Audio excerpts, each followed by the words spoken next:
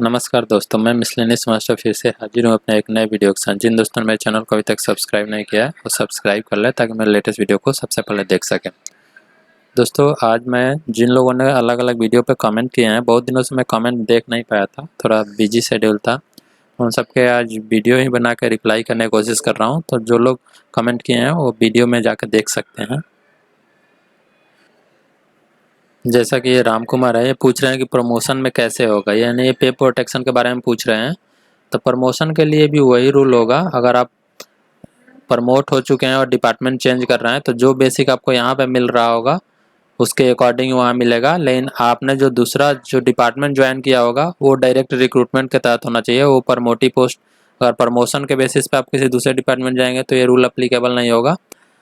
सिर्फ direct recruitment के basis पे अगर किसी दूसरे डिपार्टमेंट को ज्वाइन कर रहे हैं तभी ये रूल अप्लीकेबल होगा।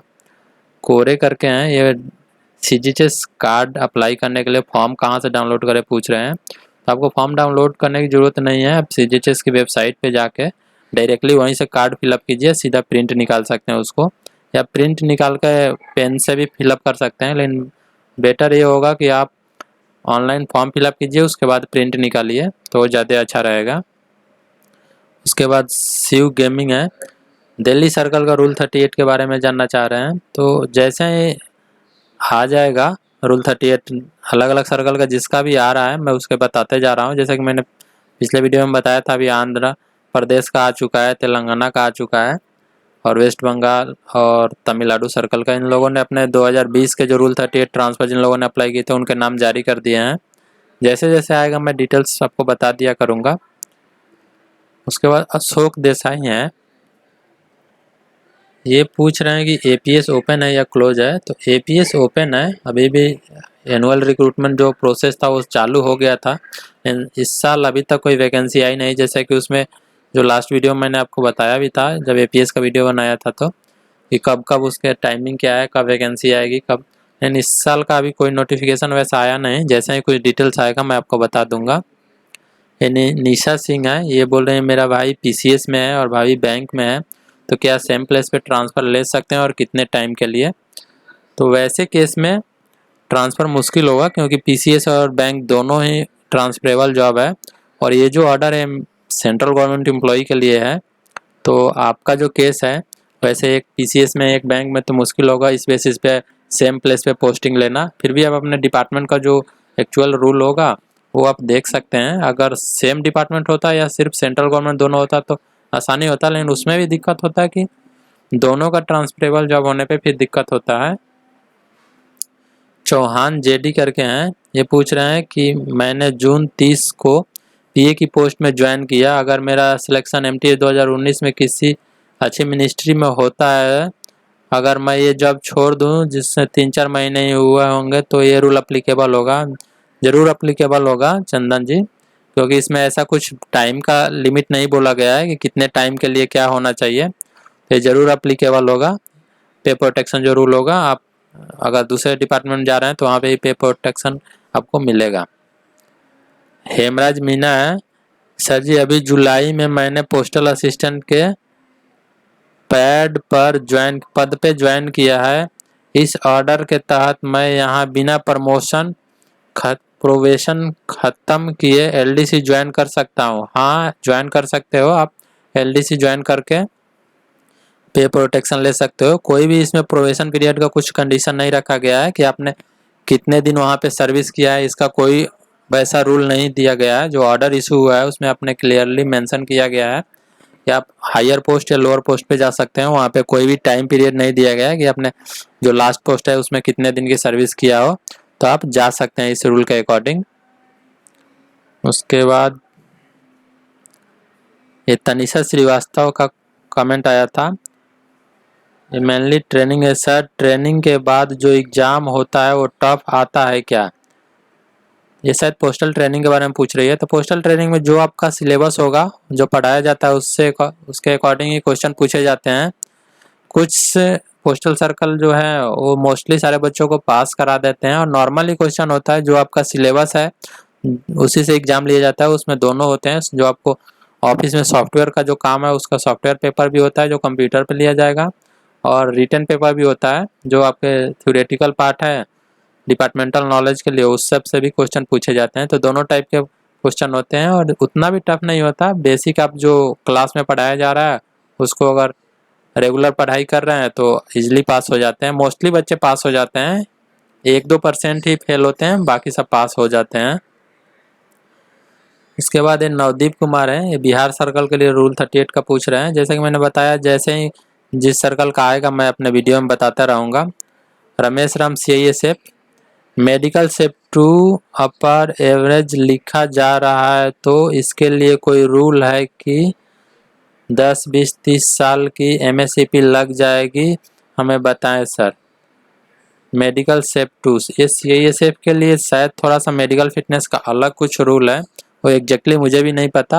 आपके पास अगर CISF का जो MSCP का रूल हो मेडिकल ग्राउंड पे, क्योंकि जो बाकी सेंट्रल गवर्नमेंट एम्प्लॉई हैं उनके लिए MSCP का रूल, मेडिकल के लिए कुछ कंडीशन वैसा नहीं दिया गया है। उसमें वही है कि आपका जो परफॉर्मेंस है उसमें आपका वेरी गुड परफॉर्मेंस होना चाहिए लास्ट के 10 साल के, तो आपको MSCP मिल जाएगा। उसके बाद सुजीत कुमार है, ऐसे का कितने दिन की ट्रेनिंग होती है? PA और ऐसे दोनों की ट्रेनिंग 55 to 60 डेज होता है। ये डिपेंड करता है कि आपके बीच में कितने हॉलीडेज आ रहे हैं। तो ये 55 से 60 दिन के बीच का ही सबका ट्रेनिंग होता है जो PA से होते हैं। ये नॉट क्लियर, समझ नहीं पा रहा है क्या पूछ रहे हैं। उसके बाद है कृष्णा तांबे का, सर जी मैंने APS के लिए एप्लीकेशन किया है, एज PA मेरा आज का बेसिक 27,100 रुपये बन रहा है। APS में जाने के बाद मेरा बेसिक कितना होगा? आपका बेसिक वहाँ चेंज हो जाएगा। जो आपका 2800 ग्रेड पे के, ये तो 2400 ग्रेड पे के अकॉर्डिंग आपका इतना बन रहा है, 2800 के ग्रेड पे के अकॉर्डिंग जो वहाँ पे बेसिक बनेगा वो होगा।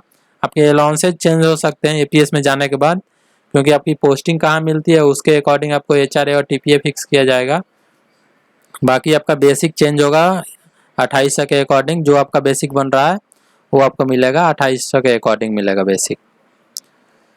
यूपी सर्कल का कब आएगा? जैसे कि मैंने बताया यूपी सर्कल का थोड़ा सा ज़्यादा ही लेट है। अभी मैंने देखा तो लास्ट ईयर के मतलब 2019 में जिन लोगों ने अप्लाई किया उनका अभी लिस्ट जारी हुआ है यूपी सर्कल में। तो जो 2020 में जारी किए हैं, जैसे ही लिस्ट आएगा मैं बता दूंगा अपने चैनल पे। चैनल को सब्सक्राइब करके रहें। ललित कौशिक हैं, sir I applied for Delhi RMS but now I want to give one more preference for Haryana circle, tell me what is the procedure for it, I ask the question many time but no reply. Actually कुछ दिनों से मैं busy था तो comment का reply बहुत दिनों से मैंने नहीं किया। ऑलरेडी बहुत सारे कमेंट हैं, मैं इसको 2 पार्ट में कोशिश करूंगा कवर करने के लिए, इसलिए मैं रिप्लाई वीडियो बना के ही कर रहा हूँ ताकि जल्दी हो पाए। एक्चुअली आपने एक बार अगर ऑलरेडी अप्लाई इस साल अप्लाई किया है दिल्ली RMS के लिए, फॉर्म सबमिट कर दिया है, तो अभी कोई ऑप्शन नहीं है अपना फिर से ऐड करने का हरियाणा सर्कल के लिए। आपको पहले ही जो जून तक 30 जून का टाइम था उसी टाइम पे आपको अप्लाई करना था। दिल्ली और हरियाणा अगर 2 चॉइस था आपको तो दोनों अप्लाई करना था। अगर आपने दिल्ली RMS चूज कर लिया है तो ज़्यादा चांस है दिल्ली RMS में मिल जाएगा। अगर आपकी कैटेगरी में वैकेंसी होगी तो कोई दिक्कत नहीं होगा। अगर नहीं मिल रही है, किस रीजन से नहीं मिल रहा वो रीजन पता चल जाए तो फिर आप अगले साल ही अप्लाई कर सकते हैं अदर सर्कल के लिए, क्योंकि आपने फॉर्म ऑलरेडी जमा कर दिया होगा तो फिर चेंज करने का कोई ऑप्शन नहीं है अभी, क्योंकि ऑलरेडी डेट भी खत्म हो चुका है। जो 30 जून लास्ट डेट था वो डेट भी खत्म हो चुका है इस साल के लिए। अनहैप्पी बॉय, भाई दिल्ली से राजस्थान सर्कल का लिस्ट डालो, मतलब कि जो लोग दिल्ली से जाना चाह रहे हैं तो ऐसे कुछ सर्कल वाइज नहीं लिस्ट जारी होता कि दिल्ली से राजस्थान के लिए, टोटल लिस्ट ही जारी हो जाएगा जो दिल्ली से बाहर जाना चाह रहे हैं। जैसे ही लिस्ट जारी होगा मैं अपने वीडियो में बता दूंगा आपको। अगला कमेंट ओम प्रकाश का है, ये पूछ रहे हैं कर्नाटक सर्कल 2020 का ट्रांसफर लिस्ट अभी तक नहीं आया है। वो भी कर्नाटक सर्कल भी थोड़ा सा पीछे है, अभी पिछले महीने उनका 2019 में जिन लोगों ने अप्लाई किया था उनका लिस्ट आया हुआ है, तो वो भी सर्कल थोड़ा सा लेट है। जैसे ही कुछ अपडेट आएगा मैं आपको बता दूंगा। उत्तराखंड सर्कल का भी अपडेट शेयर करने का कृपा करें, सिद्धार्थ सिंह पूछ रहे हैं। मैंने बताया आपको पिछले जो भी लेटेस्ट अपडेट आता है रूल 38 ट्रांसफर से या जो भी गवर्नमेंट ऑर्डर आते हैं DOPT का या फिर अलग अलग मिनिस्ट्री का, वो सारे कोशिश होता है कि अपडेट कर दे, कुछ अगर बिजी शेड्यूल होता है तभी कुछ मिस हो जाता है, लेकिन मैं अपने तरफ से पूरा कोशिश करूँगा कि सारे सर्कल का अपडेट डाल दूँ। आप चैनल को सब्सक्राइब करके रहें, आपको अपडेट मिल जाएगा।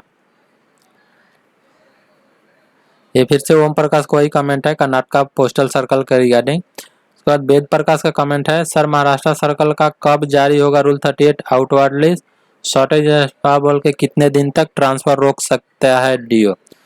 शॉर्टेज ऑफ स्टाफ जो है कंडीशन, उसके अकॉर्डिंग जब तक स्टाफ शॉर्टेज रहेगा डीओ ट्रांसफर नहीं देगा। ट्रांसफर के पास, डिवीजन ऑफिस के पास ये पावर है कि वो स्टाफ शॉर्टेज अगर है तो ट्रांसफर रोक सकता है, जब तक स्टाफ शॉर्टेज कंप्लीट नहीं हो रहा तब तक रोक सकता है। तो इसके रिगार्डिंग कुछ नहीं कर सकता अगर स्टाफ शॉर्टेज आपके डिवीजन ऑफिस में है तो। प्रवीण कुमार का है, sir my home town is in Bihar but I want rule 38 for Jharkhand और West Bengal circle, is it possible, if possible send me PDF for this ruling. इसके रिगार्डिंग कोई रूलिंग नहीं है अभी। रूल 38 के रिगार्डिंग यही रूल है कि आप जहां जाना चाहते हैं आप अप्लाई कर सकते हैं। जैसे कि आप बिहार जाना नहीं चाहते, आपका होम टाउन बिहार है लेकिन आप झारखंड या वेस्ट बंगाल जाना चाहते हैं तो आप अप्लाई कर सकते हैं। उसके लिए कोई ऐसा जरूरी नहीं है, आप ये रीजन में भी दिखा सकते हैं नियर टू मेरे होम टाउन स्टेट है, इस कारण से मैं वहां जाना चाहता हूँ। इसके लिए कोई स्पेशल रूल नहीं है कि आप अदर स्टेट में नहीं मांग सकते, जो आपका होम टाउन है वहीं आपको जाना है। इसके लिए कोई अलग रूल नहीं है, आप चाहे तो अप्लाई कर सकते हैं अदर स्टेट के लिए भी बिना किसी रीजन के। रवीश पटेल है, केरला का कब मिलेगा। केरला का तो कोई अपडेट नहीं है, जैसे ही कुछ अपडेट आएगा बता दूंगा मैं। ओम प्रकाश का ही है कि सर मैं कर्नाटका पोस्टल में अपॉइंटेड हूँ, 29/2/2020 को गांव गया था, मैं वापस 16/6/2020 को आया हूँ, मेरा सैलरी कट कर लिया है। सैलरी कट कर लिया गया था बहुत सारे डिपार्टमेंट का, जब तक ये डीओपीटी का ऑर्डर नहीं आया था। अब उसके अकॉर्डिंग आपका लीव एडजस्ट किया जाएगा। अब 29 फरवरी के जैसे बोल रहे हैं कि गए हैं, लेकिन ये आपको अब यहाँ पे देखना ये बात होगा कि आपने लीव कितना दिन तक अप्लाई किया था। आपका लीव जो है लॉकडाउन से पहले खत्म हो रहा था, क्योंकि लॉकडाउन जो स्टार्ट हुआ है एंड 22-23 मार्च से स्टार्ट हुआ था। तो आपने 29 फरवरी जैसा कि यहाँ पे दिया है कि आप, तो आपको देखना होगा कि आपने जो लीव दिया था, टोटल लीव जो था वो लॉकडाउन से पहले खत्म हो रहा था या लॉकडाउन के बाद। अगर लॉकडाउन से पहले खत्म हो रहा है फिर भी आपने ज्वाइन नहीं किया था तो आपको शायद ना मिल पाए, वो आपका डिपार्टमेंट एग्जैक्टली बताएगा। जो रूल है, ये जो ऑर्डर आया था उसमें सिर्फ उनके लिए ही है जिनका लीव लॉकडाउन में कंटिन्यू था और वो घर पे जाके फंस गए थे और रिटर्न नहीं आ पाए थे क्योंकि ट्रांसपोर्ट फैसिलिटी अवेलेबल नहीं थी, तो उनको ये स्पेशल लीव के कंडीशन में रखा जाएगा। लेकिन आपका लीव कितने दिन का था वो एग्जैक्टली आपने मेंशन नहीं किया है कि आपका लीव लॉकडाउन से पहले खत्म हो रहा था या लॉकडाउन के बाद, तो उसके अकॉर्डिंग आपका लीव एडजस्ट किया जाएगा। नहीं आया है सर, कर्नाटका पोस्टल का लिस्ट नहीं आया क्या। मैंने बता दिया आपको कि जैसे आएगा बताया जाएगा। ओडिशा का भी आ गया है 22 जुलाई को। असम सर्कल का कब आएगा। मैं अलग अलग जो भी सर्कल का लिस्ट आ रहा है मैं सबका बताते जाऊंगा। सर मध्य प्रदेश सर्कल का लिस्ट जारी होने की संभावना है, ये क्वेश्चन पूछ रहे हैं दीपक कुमार। कुछ सर्कल थोड़ा जल्दी जारी कर दे रहे हैं जहाँ पे ज्यादा कैंडिडेट अप्लाई कर रहे हैं, जैसे कि तमिलनाडु का मैं देखता हूँ हर एक साल वो सबसे पहले जारी करते हैं। वहां से कैंडिडेट भी बहुत ज्यादा हैं जो कि मतलब ट्रांसफर बाहर जाना चाह रहे हैं। जिन लोगों का लिस्टेड किया गया है उन सभी लोगों का कंफर्म ट्रांसफर हो गया, वेट लिस्ट में भी रखेंगे। राजेश कुमार जी, जो लोग का लिस्ट जारी हो चुका है, जिनका नाम आ चुका है, उससे एक चीज कंफर्म होता है कि जहाँ पे उनकी पोस्टिंग है वो सर्कल उनको रिलीविंग देने को तैयार है। अब बात आती है दूसरे सर्कल को या डिवीजन को जहाँ पे वो जाना चाहते हैं, अगर वहां पे भी उनकी कैटेगरी में वैकेंसी अवेलेबल है, वो उनको एक्सेप्ट करने को तैयार है, तो उनका ट्रांसफर कंफर्म हो जाएगा, कोई वेटिंग नहीं मिलेगा।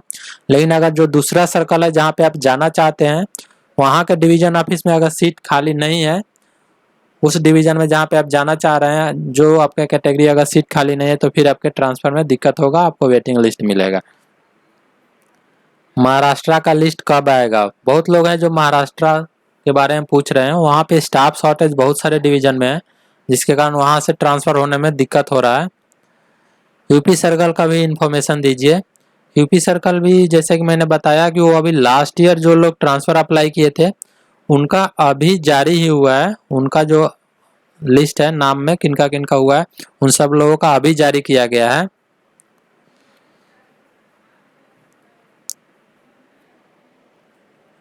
ललित कुमार का फिर से वही कमेंट है, मैं ऑलरेडी रिप्लाई कर चुका हूँ आपके ऊपर में। उसके बाद है सुमन का एक कमेंट है, sir I am a postman, I have a question about mutual transfer, what should I do. क्या क्वेश्चन था? क्वेश्चन नहीं पूछा इन्होंने। टेलीग्राम के लिंक पे site can not be reach आ रहा है। आपको टेलीग्राम का ऐप डाउनलोड करना होगा पहले, उसके बाद से जो लिंक दिया गया उस पर क्लिक करेंगे तो वो आ जाएगा। या फिर मिसलेनियस मास्टर जो ये नाम है यहाँ पे मिसलेनियस मास्टर आप सर्च में भी डालेंगे तो आपको चैनल आ जाएगा, सेम लोगों के साथ आएगा। जनरल की एपीएस में एज क्या होती है सर? ऑर्डर में जैसे दिया गया है 40 साल का ही है, मैक्सिमम एज लिमिट उसमें 40 साल है। आपने जो पोस्टल में जो ऑलरेडी वर्किंग है तो मैक्सिमम एज लिमिट 40 है, 40 से पहले आप एपीएस ज्वाइन कर सकते हैं। उसके बाद रिशु कुमार का कमेंट है, if husband is in navy and wife in BSF then it will work. नहीं काम करेगा क्योंकि दोनों का ट्रांसफरेबल जॉब है, नेवी भी और बीएसएफ भी। तो वैसे केस में आपको दिक्कत होगा। ये रूल जो है सेंट्रल गवर्नमेंट एम्प्लॉय के लिए है, लेकिन वैसे केस में जब आप दोनों का ट्रांसफरेबल जॉब है तो मुश्किल होगा एक साथ पोस्टिंग। उसके बाद दीपक कुमार है, सर मध्य प्रदेश का लिस्ट, जैसे जैसे लिस्ट आते रहेगा मैं सबका बताते रहूँगा। Sir can I choose 2 division at a time for intra circle transfer under rule 38? Sachin Vishwas पूछ रहे हैं। जैसा कि मैंने अपने वीडियो में भी दिखाया कि बहुत सारे लोगों ने 2, 3, 4 तक डिवीजन चूज किया है, तो इसमें कोई दिक्कत नहीं है। आप अपने अकॉर्डिंग और वैकेंसी वाइज आप चूज कर सकते हैं, एक से ज़्यादा डिवीजन का भी रूल 38 ट्रांसफर में चूज कर सकते हैं।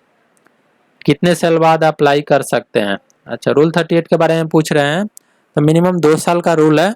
ये आपका प्रोबेशन पीरियड कंप्लीट होना चाहिए तो आप अप्लाई कर सकते हैं। कम से कम 2 साल आपका हो जाए। अगर कोई स्पेशल केस है तो आप पहले अप्लाई कर सकते हैं। जैसे फिजिकली जो चैलेंज है उनको स्पेशल केस में रखा जाता है, वो लोग 2 साल से पहले भी अप्लाई कर सकते हैं।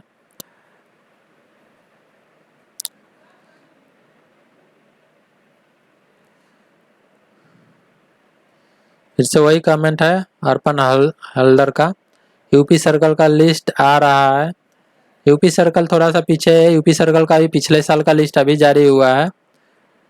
कर्नाटका का फिर से पूछा जा रहा है। And what about Maharashtra circle? Maharashtra circle का भी बहुत सारे लोग पूछ रहे हैं। महाराष्ट्र सर्कल ने भी थोड़ा सा लेट लिस्ट जारी किया, वो स्टाफ शॉर्टेज बोल के बहुत लोगों को ट्रांसफर भी नहीं दे रहे हैं। बिहार सर्कल का कब अपलोड करेंगे और उसे हम कैसे देख सकते हैं? जैसे ही बिहार सर्कल के लिए भी कुछ अपडेट आएगा आपको बता दिया जाएगा। Sir actually apply for Delhi, फिर से वही कमेंट है, मैंने आपको पहले रिप्लाई कर दिया है। ललित कौशिक, सर जिनका ट्रांसफर हो चुका है या उनकी लिस्ट है क्या, please give me the information. आप कौन सा सर्कल का पूछ रहे हैं वो आपने बताया नहीं। सर जिनका ट्रांसफर हो चुका है ये उनकी लिस्ट है क्या? अच्छा ये पूछा है। नहीं, ये जिनका ट्रांसफर हो चुका उनका लिस्ट नहीं है। जिन लोगों ने इस साल पे मतलब 2020 में अप्रैल से जून के बीच में ट्रांसफर अप्लाई किया है उनका ये नाम जारी हुआ है। जिनका ट्रांसफर मतलब एक सर्कल बोल सकते हैं कि जहाँ पे वो काम करे उस सर्कल ने उनका ट्रांसफर एक्सेप्ट कर लिया है, वो ट्रांसफर देने को तैयार है। अब उनका दूसरा सर्कल अगर एक्सेप्ट करने को तैयार है, उनके पास वैकेंसी है और वो एक्सेप्ट करने को तैयार होगा तो इनका ट्रांसफर हो जाएगा। ये जो लिस्ट जारी हुआ है ये उन कैंडिडेट का नाम है जिनका ट्रांसफर अप्रूव हो गया है एक सर्कल के द्वारा। अब दूसरा सर्कल इसको अप्रूव करता है कि नहीं वो देखना है। अगर दूसरा सर्कल भी और डिवीजन एक्सेप्ट कर ले रहा है कि हाँ हमारे पास सेम कैटेगरी में वैकेंसी है तो उनका ट्रांसफर हो जाएगा।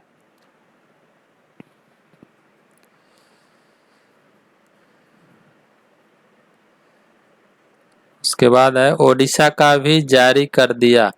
ओडिशा का अभी तक कुछ लिस्ट जैसे पता चलेगा बता दिया जाएगा। उत्तराखंड के बारे में पूछ रहे हैं कि उत्तराखंड का लिस्ट कब तक आएगा। सेम कमेंट जो है अभी मैं स्किप कर रहा हूँ क्योंकि बहुत सारे कमेंट हैं। मैं अपने नेक्स्ट पार्ट में बाकी कमेंट का रिप्लाई करूँगा। देखता हूँ आज कितना हो पाता है। उसके बाद दत्ता कौर का है, ये पूछ रहे हैं कि 20 से 30 तक ये यूएल पे थे और उसके बाद लॉकडाउन के कारण ऑफिस ज्वाइन नहीं कर पाए। 4/6/2020 को ऑफिस ज्वाइन किया। तो ये पूछ रहे हैं कि स्पेशल लीव के रिगार्डिंग कि ये जो 31/3 से इनका लीव जो है 3/6 तक स्पेशल लीव मिलेगा कि नहीं। इस ऑर्डर के अकॉर्डिंग आप अगर लॉकडाउन पीरियड में लीव पे थे और ट्रांसपोर्ट फैसिलिटी नहीं होने के कारण नहीं आ पाए हैं तो आपको स्पेशल लीव मिल जाएगा। आप अपने डिपार्टमेंट से बात करें, जो भी आपका डिपार्टमेंट है। सरदार रंगे हैं, ये बीएसएनएल पेंशनर के लिए पूछ रहे हैं कि सीजीएचएस कार्ड के लिए। तो जो भी पेंशनर होते हैं उनको पहले अपने डिपार्टमेंट से फॉर्म अप्लाई करना होता है। एक वन टाइम पेमेंट या 10 ईयर्स का फी पे करना होता है अपने डिपार्टमेंट को, कुछ फी लगता है। उसके बाद ही आप सीजीएचएस कार्ड अप्लाई कर सकते हैं। तो आपको करना क्या था, रिटायरमेंट के टाइम पे ही अपने डिपार्टमेंट से सब काम करा लेना था। अगर आपने नहीं कराया है तो एक बार अपने डिपार्टमेंट जहाँ से आप रिटायर हुए हैं वहाँ पे बात कीजिए, वो लोग आपको प्रोसेस अच्छे से बता देगा क्या प्रोसेस है। राम निवास गुर्जर का है, अब छुट्टी पे गए उसके बाद क्वारंटीन कर दिए गए, उसके लिए कोई स्पेशल लीव नहीं है क्या? क्वारंटीन के लिए कोई लीव तो नहीं है। अगर आपका डिपार्टमेंट जहाँ पे आप अगर हेडक्वार्टर्स पहुँच गए हैं, रिपोर्ट कर दिए हैं, उसके बाद आपको क्वारंटीन किया जा रहा है तो आप डिपार्टमेंट को इन्फॉर्म कर सकते हैं इस कारण से मुझे क्वारंटीन किया जा रहा है। तो डिपार्टमेंट देख लेगा कि क्या करना है उस वैसे कंडीशन में। अगला कमेंट पुनीत जहांगीर का है, ये बोल रहे हैं कि 25-26 का रेस्ट था, 27 से 3 अप्रैल तक ईएल थी मेरी, 24 की ट्रेन थी जो कि कैंसिल हो गई थी, तो मैं 23 को ही फ्लाइट से घर चला गया था, तो क्या मुझे स्पेशल लीव के लिए एलिजिबल हूँ? अगर आप ट्रांसपोर्ट फैसिलिटी के कारण घर पे आपने लीव अप्लाई किया था और हेडक्वार्टर्स लीव किया है तो आप स्पेशल लीव के लिए एलिजिबल हैं। आप अपने डिपार्टमेंट में बात कीजिए, जो भी आपका डिपार्टमेंट है वहाँ से आपको लीव अप्रूव हो जाएगा। जतिंदर ग्रोवर है, सर मैंने 23 तक छुट्टी पे था, 24 को ज्वाइन करना था, मेरे को भी स्पेशल लीव मिलेगा? और सेकंड, मेरे से लीव लिखवा लिया है अब्सेंस पीरियड के लिए, अब क्या मेरी लीव वापस दे देंगे? आपका केस जो है उसके रिगार्डिंग बोला गया है कि ये पूरा केस आपके डिपार्टमेंट पर डिपेंड करता है। वो चाहे तो आपके लीव को एडजस्ट कर सकता है क्योंकि आपने लीव अप्लाई कर दिया है। तो ऐसे केस के लिए ऑर्डर में ही बोला गया है कि अगर आपका डिपार्टमेंट चाहे तो आपका लीव वापस कर सकता है, अगर वो चाहे तो आपका लीव काट सकता है। तो आपके पास दोनों केस है, आप अपने डिपार्टमेंट से रिक्वेस्ट करें, बात करें, ऑर्डर दिखा के अगर हो सके तो लीव वापस कर दें। अंडर रूल 38 के अलावा और कोई तरीका भी बताइए ट्रांसफ़र के लिए। ट्रांसफ़र का जो भी रूल है वो रूल 38 ही है, आपको इसी प्रोसेस से ही ट्रांसफ़र मिल पाएगा। बाकी रूल के अकॉर्डिंग आपको ट्रांसफ़र मिल भी गया तो कोई क्लेम करके आपका ट्रांसफ़र कर रोक सकता है। तो इसलिए बेटर होगा आप रूल 38 जो प्रोसेस है उसको फॉलो करें और इससे इजीली आपको ट्रांसफ़र मिल जाएगा। हर एक साल बहुत लोगों को मिल रहा है, जैसे कि मैं लिस्ट में आपको देता हूँ, एक एक सर्कल से 200-200 300-300 लोगों का ट्रांसफ़र हो रहा है, तो इजीली ट्रांसफ़र हो जाएगा। बशर्ते कि जहाँ पे आप अप्लाई कर रहे हैं वहाँ पे वैकेंसी होनी चाहिए, इस बात का ध्यान रखें। सर ट्रांसफ़र रूल के बारे में बता दीजिए। बहुत वीडियो ऑलरेडी बना चुका हूँ, आप जाके देखें, लिंक में आपको मिल जाएगा। कौन सा डिपार्टमेंट है वो आपने बताया नहीं, ऐसे ट्रांसफ़र का रिगार्डिंग अलग अलग वीडियो मैंने बना रखा है सेंट्रल गवर्नमेंट एम्प्लॉय के लिए जो भी ट्रांसफ़र रूल है। Please recently spouse transfer posting का अपडेट करें। स्पाउस पोस्टिंग के लिए मैंने वीडियो बनाया है, वो लास्ट अपडेटेड रूल वही है, बहुत पहले का ही रूल है, लेकिन लास्ट जो रूल है स्पाउस पोस्टिंग के लिए वही रूल है, तो इसलिए मैंने ऑलरेडी वीडियो दे रखा है। सर ऑर्डर के पीडीएफ लिंक ये डीओपीटी की वेबसाइट से मिल जाएगा, अलग अलग वेबसाइट पे आपको पीडीएफ मिल जाता है। इसके अलावा आप मैंने लिंक जो दे रखा है टेलीग्राम चैनल का उसको ज्वाइन कर ले, वहाँ भी मैं पीडीएफ का मोस्टली लिंक शेयर कर देता हूँ, तो आप वहाँ से भी डाउनलोड कर सकते हैं। अगला है रविंद्र द्विवेदी का, सर सैप सॉफ्टवेयर से कैसे रूल 38 अप्लाई कर सकते हैं, वीडियो बनाए। जो सैप में रूल 38 अप्लाई दिया जाता है उस बेसिस पर अभी एक्सेप्ट नहीं होगा, आपको हार्ड कॉपी में ही जो रिटर्न प्रोसेस है उसके बेसिस पे ही अप्लाई करना होगा। सैप के तहत अभी रूल 38 अप्लाई करने का प्रोसेस शुरू नहीं हुआ है, जब वो चालू हो जाएगा बता दिया जाएगा, लेकिन अभी जो भी प्रोसेस है वो सब हार्ड कॉपी ही चल रहा है। अभी बहुत सारे कमेंट है दोस्तों, तो मैं कोशिश करूंगा अपने आने वाले अगले वीडियो में आपको रिप्लाई करने का। एक सुशील कुमार इनका बता देता हूँ, क्या जीडीएस पोस्टल असिस्टेंट बनने के बाद आईपी के एग्ज़ाम के लिए दे का प्रमोशन पा सकते हैं? तो ये ज़रूर पा सकते हैं। अगर जीडीएस से आप पीए से बन गए हैं तो आप आईपी के लिए भी एलिजिबल हैं। जो सर्विस रिक्वायर होता है 5 साल 8 साल, उतने सर्विस कंप्लीट करने के बाद आप आईपी के एग्ज़ाम भी लिख सकते हैं। तो आज के इस वीडियो में बस इतने ही लोगों का रिप्लाई कर पा रहा हूँ। अपने आने वाले वीडियो में मैं कोशिश करूँगा बाकी लोगों का भी रिप्लाई कर सकूँ। धन्यवाद दोस्तों, मिलते हैं फिर अपने अगले वीडियो में।